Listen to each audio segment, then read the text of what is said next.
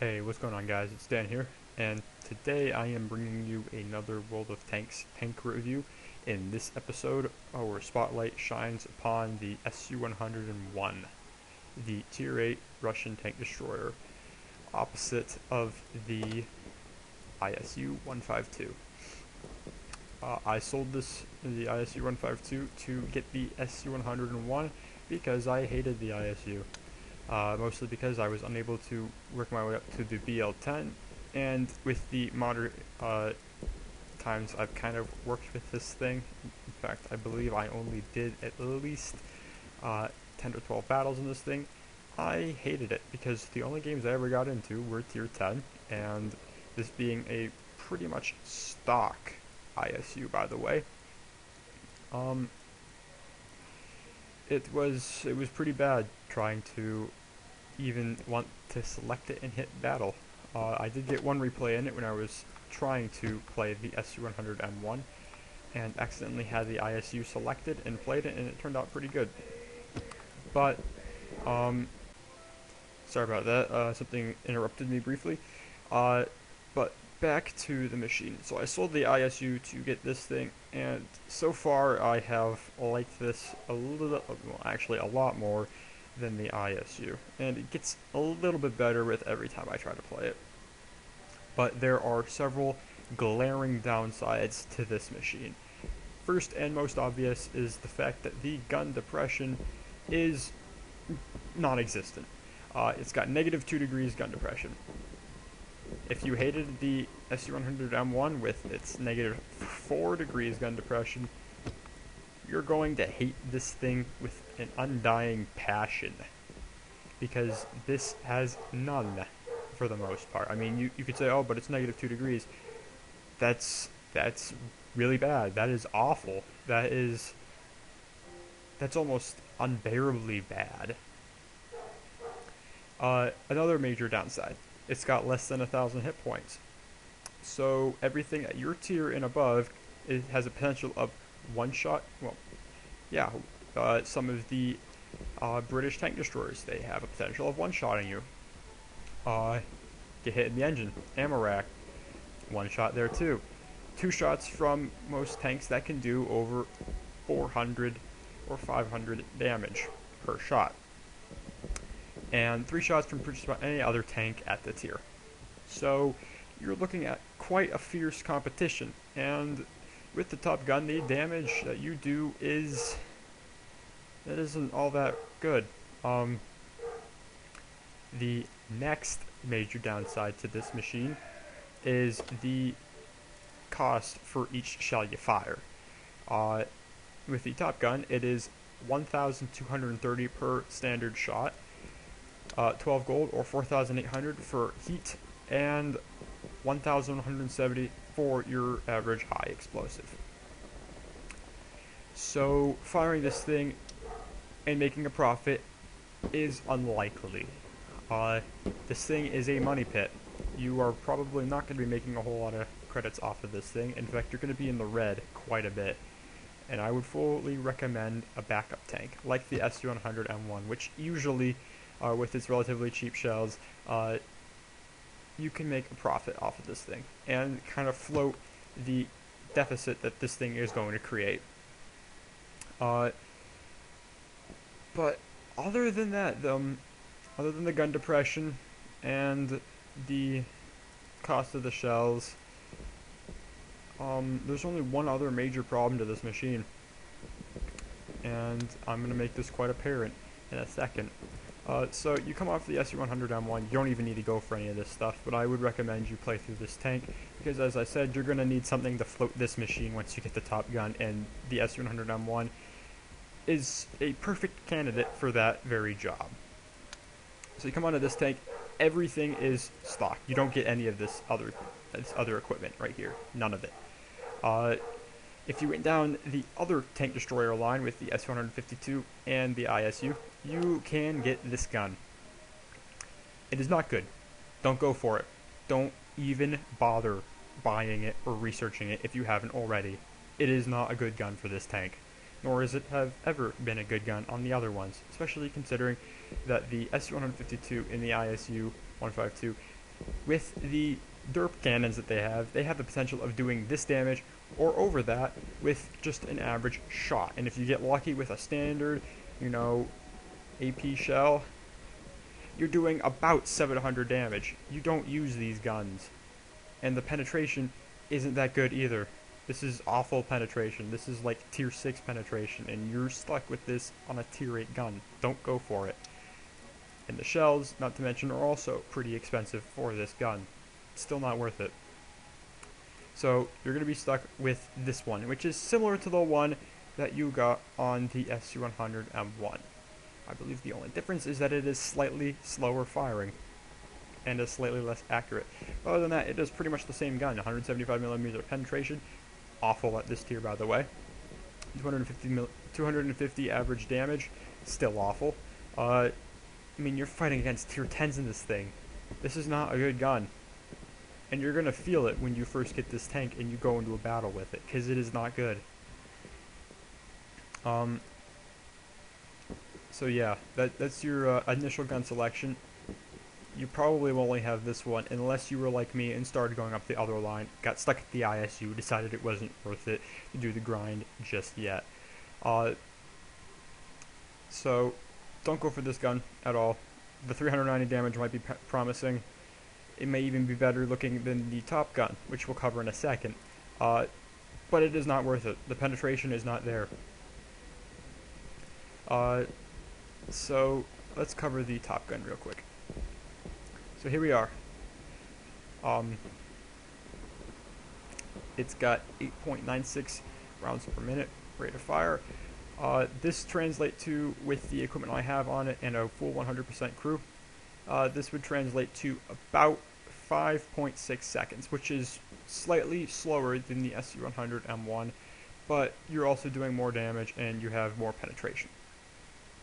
219 millimeters of penetration is it's doable at this tier. I can penetrate most things that I come across without problem, so you'll be able to work with the 219 millimeters of penetration all right.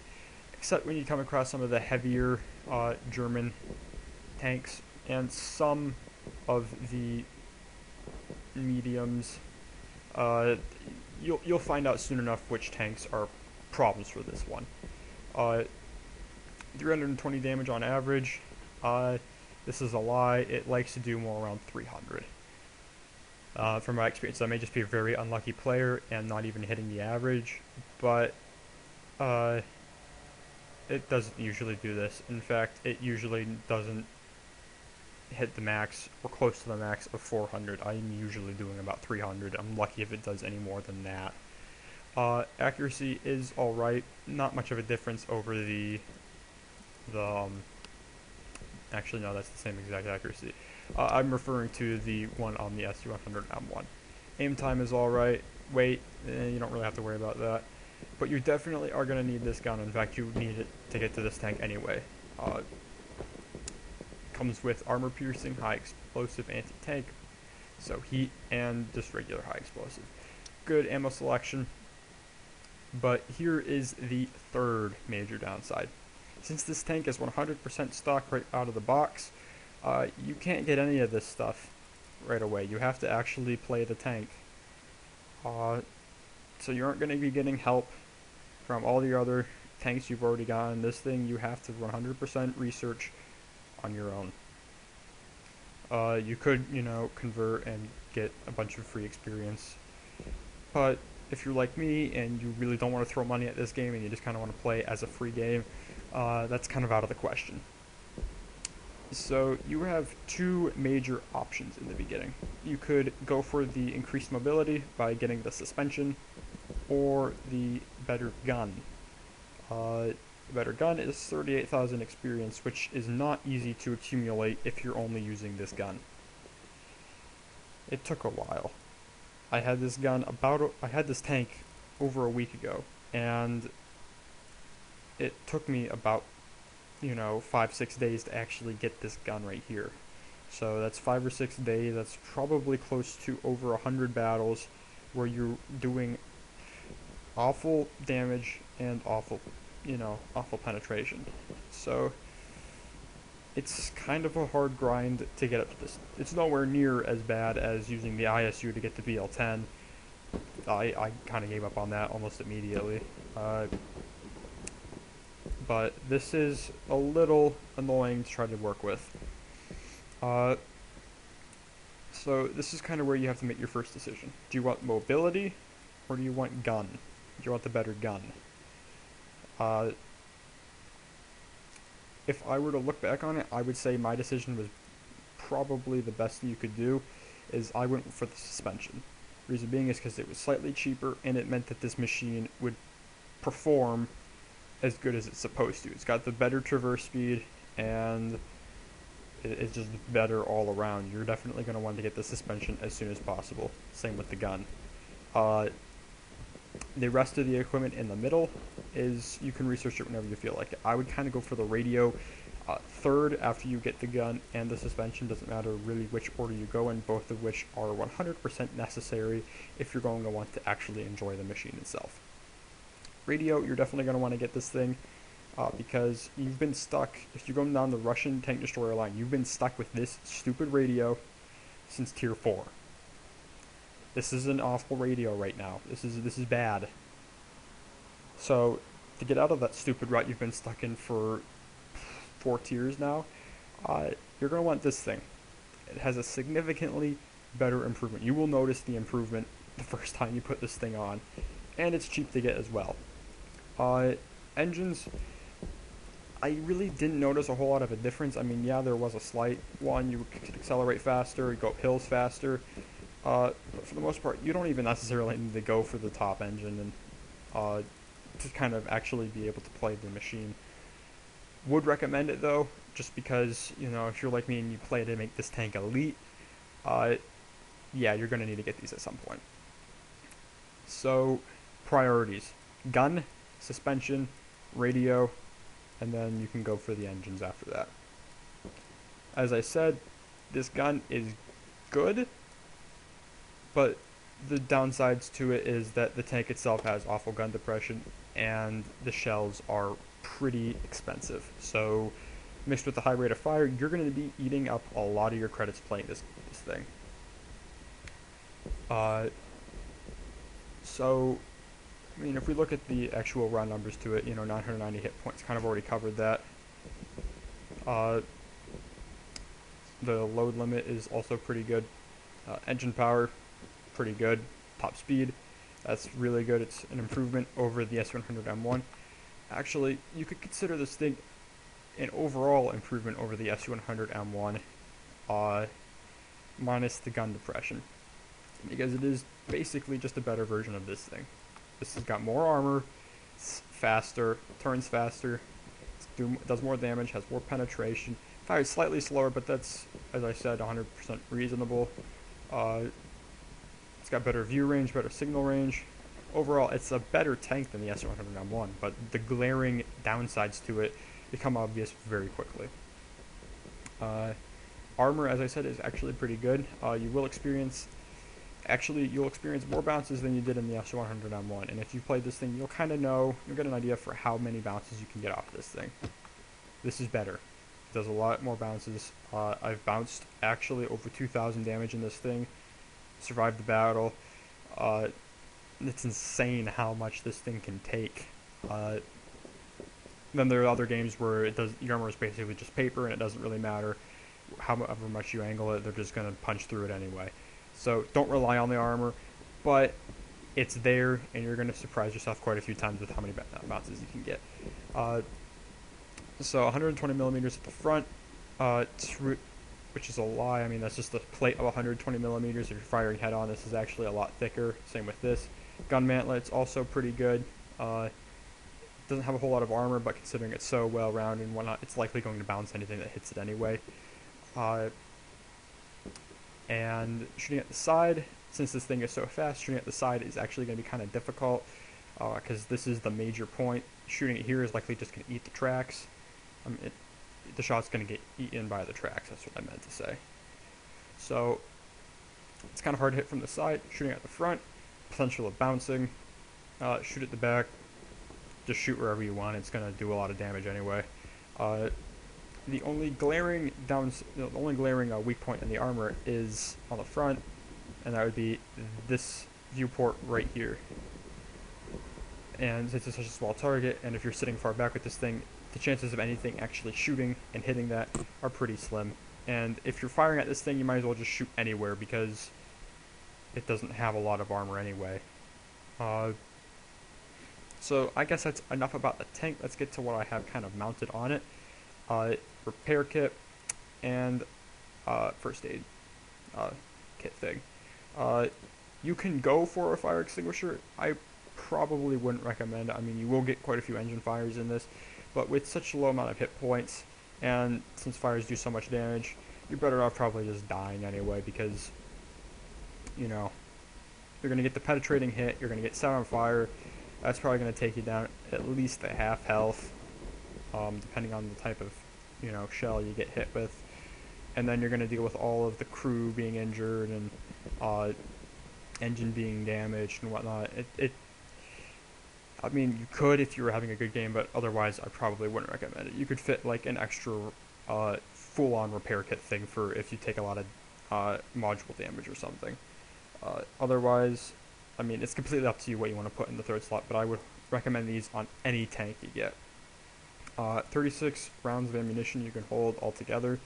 I would personally probably have a little heat, but I haven't found a really large need for it yet, so I kind of just don't have any.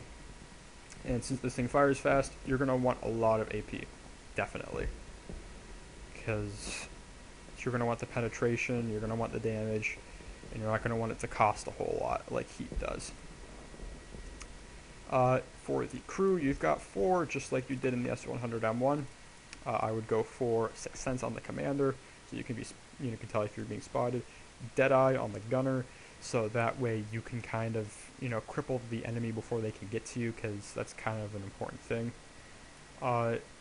As I usually do with most of my tank destroyers, clutch braking, very important. Being circled by a light tank, you're definitely going to want to be able to turn faster.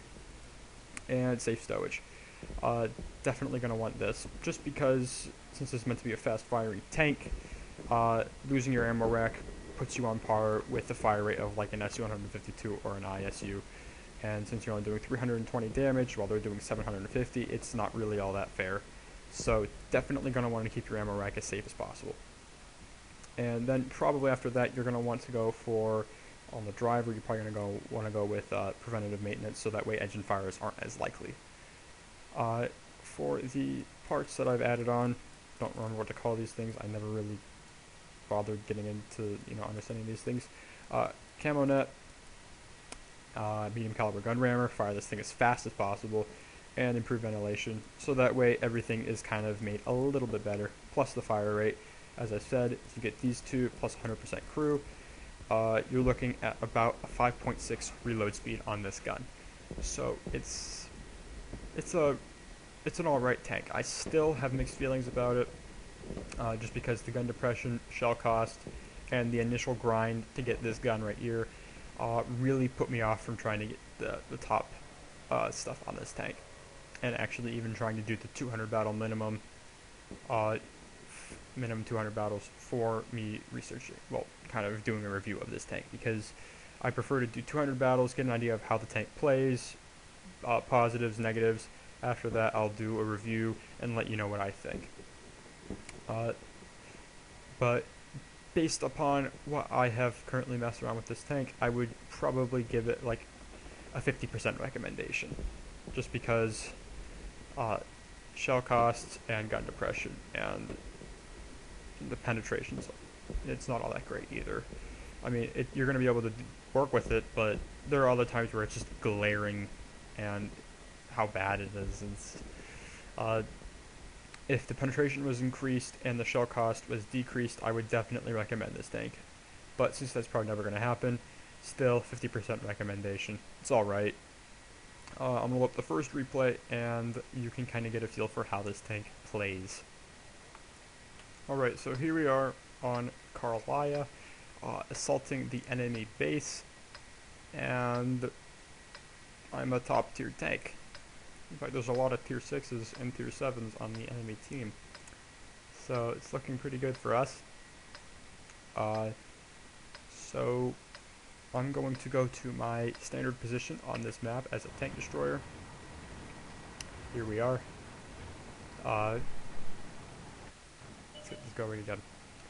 So, yep, we are on Carlisle. I am going to my standard position that I usually like to work with in tank destroyers while attacking. Here I am trying to get a good shot. There goes the shell. That is a nice hole in my wallet now. And our scouts are doing a pretty good job of lighting up targets for me to put shots at. Sadly, I don't learn from my mistakes, and I put 3 shots, all of which are non-penetrating, into the enemy. Luckily, the 4th one manages to punch through. Trying to get a shot on that Tiger 2, end up not being able to do it, and he's now outside of my view range. So here we are. I am trying to support the scout that we have over there. Trying to kill the tanks that are threats to him. Put one, I believe, right into the top of that turret. It probably only critical, some critical damage to one of the modules, or possibly injured one of the drivers or something. So there we are, 2 kills in quick succession. I'm going to give you an idea of how fast this thing fires by putting it at normal speed. So here we are. I'm just kind of up on this ridge. I'm noticing there's a significant problem. There's a lot of tanks over there, and we don't have a lot in the way of tanks defending over here on this side. So I see that ELC and think, okay, it's probably a good idea that I come over, and if he tries to come up here, intercept him and finish him off. So I'm going to sit here and wait for a second. And there he is. Fire. Shot misses. Already starting to reload. And... oh. Sorry. Put that back a second. There we go. Okay, so there we go. Already reloaded. And I have a feeling he might try to come up here. But turns out he isn't wanting to. Probably just going to try to scout out more of the enemies. Our flank on that side has completely collapsed, so I am trying to get into a position where if they do come up over there, I am not as likely going to be hit. But I decide we're just barely winning this thing. It is probably our best priority to put as many shots into the enemy as much as possible and go out fighting. So, here we are, shooting at this, I believe. Yep, Panther. And I keep hitting the wrong button. Sorry about that, everyone. Okay, here's that Tiger that keeps being annoying. I actually managed to put 2 shots into him, but it only showed that I did 1. Our scout is being attacked by several tanks. I try to finish off this guy, but that shot misses, and I decide I'd better defend the scout. One more shot into him. He gets... yep, bounces off. IS-3 finishes off our scout, but not before I finish up, but, you know, after.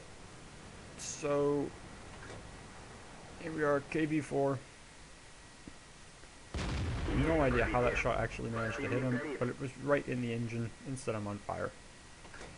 Problem is he had an automatic fire extinguisher, and I wasn't able to get the kill off in that way. We are sitting with 4 kills. I get a shot that looks like it was trying to hit me. Not sure if anyone was actually aiming at me or not. And I am doing my best to support the team over here. Speed it up a little bit because this is where I start losing a lot of my shots, trying to get this guy over here. So you see I missed there. Shot doesn't go through there. Shot doesn't go through there. Shot doesn't go through there. finally get a penetrating hit, but as you can see, it was a low damage roll for this gun. And he moves outside of my potential of being able to see him, thus my last shot misses or doesn't critical damage him or anything, so I was unable to finish him off, sadly. So I decide, okay, this is probably, I'm not going to be able to really do anything else up here, might as well try to see if I can find that stupid tiger. So I'm going to speed this up a little bit, because not a whole lot happens from this point out. They finished off the tank destroyer that was at the base, and sorry about that. And we end up not finding the tiger. So that's the end of replay 1, and I ended up getting high caliber. I got 4 kills, and I did roughly 4,600 damage in that game. So although our priority was kind of to kill that stupid tiger for being a cocky player, because I really don't like those kinds of players and I enjoy killing them and rubbing it in their face, I definitely beat him out kills and damage wise. So it was a victory both ways. So I'm going to load up the next replay, and you can also get an idea of how this tank fares in defending.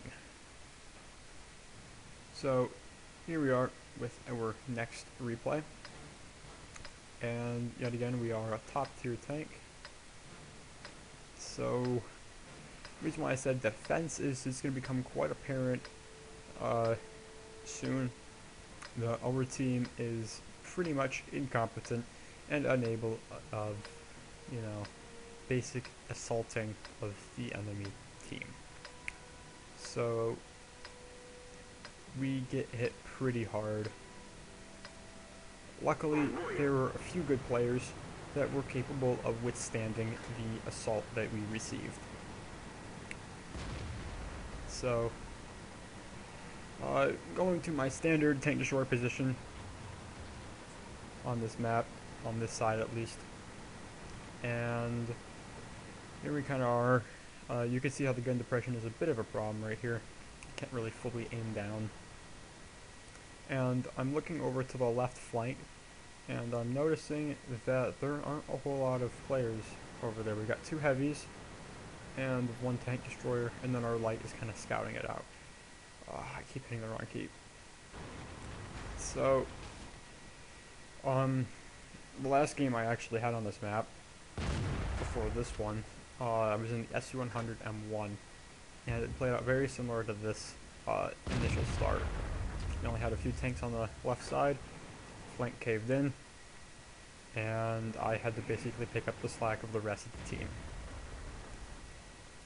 So here we are, kind of waiting it out. We're down by 1 kill, but that doesn't really say a whole lot just yet. So we're kind of looking around, trying to see where we have support, where we don't have support. T-32, kind of figured that shot wasn't going to go through. Tiger up there. And so, here we go, first kill, T-21. We're now down by 2 kills, so it isn't looking too good. There's a tiger. And I believe tiger, yep, tiger P. Now I'm getting a kill on him too. We're down by 1 kill. T-32 is upset because he died, but then again, he probably shouldn't have gone that far up in the first place. Just saying, he should have noticed that there weren't a whole lot of tanks over there, and instead of whining about dying, he probably should have backed up to a safer position and covered himself from there. But no, he had to go up there where there was no support whatsoever and then die. So, as you can see, tied right now, but it isn't looking too good on our flank that we're covering, and on the flank that the rest of the team is basically rushing towards. And you're going to find out soon enough that this flank just about collapses, and the other one pretty much does. Tiger 2, he ends up letting me put 2 shots in him before even reacting, so you might say, oh, but that's 320 damage on average, that's not a lot. well, 2 shots is 600, and you know, that's actually quite a bit. Down by 2 kills, but heavies are literally rushing our base. This player, I have no idea what was wrong with him. You don't... I mean, I did over 1,000 damage to that guy. But yet he felt it necessary to rush my position. So I bounced a shot there, likely from the T-32. That'd be my guess. It could have been any of the tanks, it might even have been the E-25, but not entirely sure. Cromwell's finished off. We're down by 1 kill, but the problem is 3 of us are tank destroyers, and we only have 1 medium. They have 1 medium, 2 heavies, and 2 tank destroyers. So we really have to play this carefully, and we need to work together. So I've got the Rheinmetall-Bossig Waffenträger over there, defending that side. So anything that comes over here will either be distracted by him or distracted by me, thus making it easy for both of us to fire on them at the same time. However, I'm not feeling overly confident considering I've only got 536 points of health out of my nearly 1,000. So I'm on slightly over half health, and you know, 2 tanks at a single time firing at me together could kill me really quickly. And as you can see soon enough, 2 tanks are going to be coming around. So there's Tiger 2. He is focusing on the Waffenträger, and T-32 taking a nice shot from him, but someone, I believe the Waffenträger, puts a nice shot into him. He's a very, very easy one-shot kill for me, even with the bottom gun, but I end up finishing, oh, I didn't finish him off, the Waffenträger did, but now he is under attack by the Tiger, who is probably not a very good player because he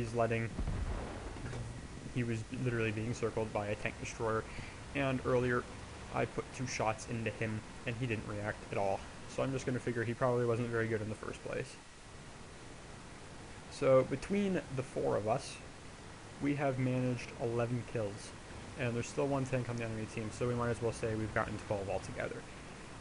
Not to spoil it or anything, but there's no way the 25 is going to be able to kill 3 tier 8 tanks. Might be able to kill me, might be able to kill the Rheinmetall-Bossig, but there's no way he's going to be able to kill a medium. So I was thinking he might come over here, try to outmaneuver us, and try to cap. Simple idea, and he's fast enough to do that. So, I mean, that's kind of a common idea that he might be able to come down here, outmaneuver us, start capping. But, nope, he ends up dying right up next to the base. So between us, we all got 12 kills. And that is how this tank fares at defending. I end up getting high caliber, did over 4,000 damage, 3 kills. And, believe it or not, this game I made a profit. Last game, I forgot to mention, I was in the red by about maybe 10,000 credits. Probably because I fired off every single thing I had to shoot. So this kind of explains my point, you know. Don't fire more than necessary, because you will be in the red quite a bit with this machine.